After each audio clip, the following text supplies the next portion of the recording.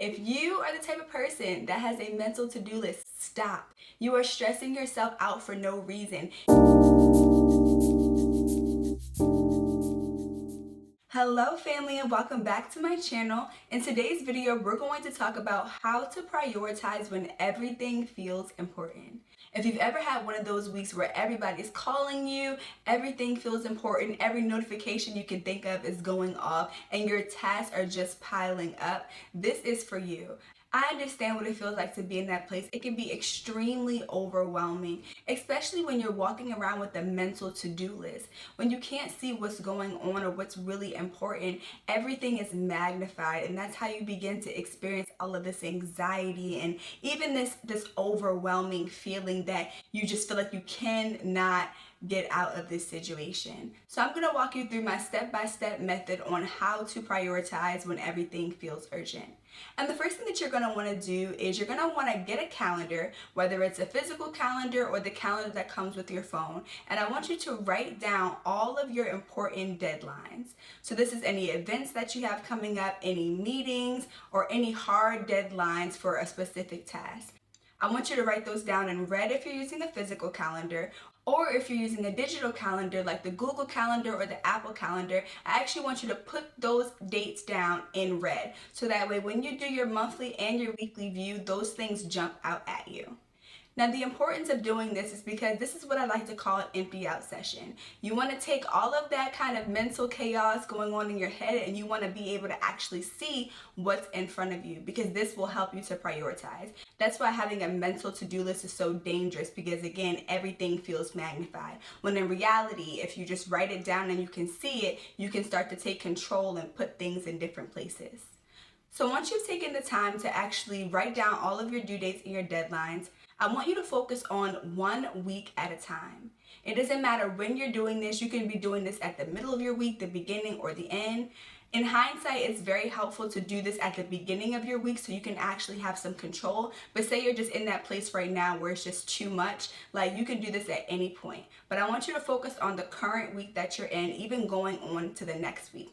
Now that you have all of your important deadlines written down or in your calendar for that month, I want you to focus on identifying the specific tasks that are needed to complete those tasks before the deadline. So focus on 1 week at a time. If it's Monday and you have an important deadline coming up on Wednesday, write down every task that is needed for you to meet that deadline. Again, you don't want to walk around with a mental to-do list. You may have a general idea of what you need to do to get it done, but until you write it down, you won't actually be able to get it done, because you'll just be kind of running, and then that's actually where people find themselves multitasking, switching between topics, because they don't have a plan for that day. So again, I want you to sit down and write down the task, every task that you can think of that is necessary for you to meet that deadline. In addition to writing down the tasks that are needed to meet the deadline, I also want you to estimate about how much time that it's going to take you. This may seem like a lot, but it's a very necessary step, because again, when you can see how much time something is going to take you, you can look at your week at a glance and say, okay, you know what, this day I have a lot of meetings, so I can only do something that's going to take me about 30 minutes to an hour, and you can place your task there. Or if you notice looking throughout your week that you have more free space on another day, add your higher, heavier priority task on that day so that you're able to focus.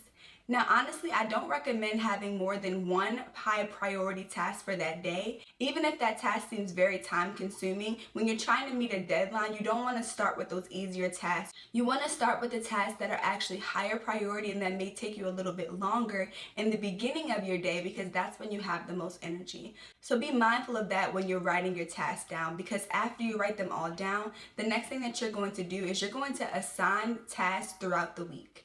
Again, now you have your monthly view. You can see all of your important events and those deadlines right in front of you.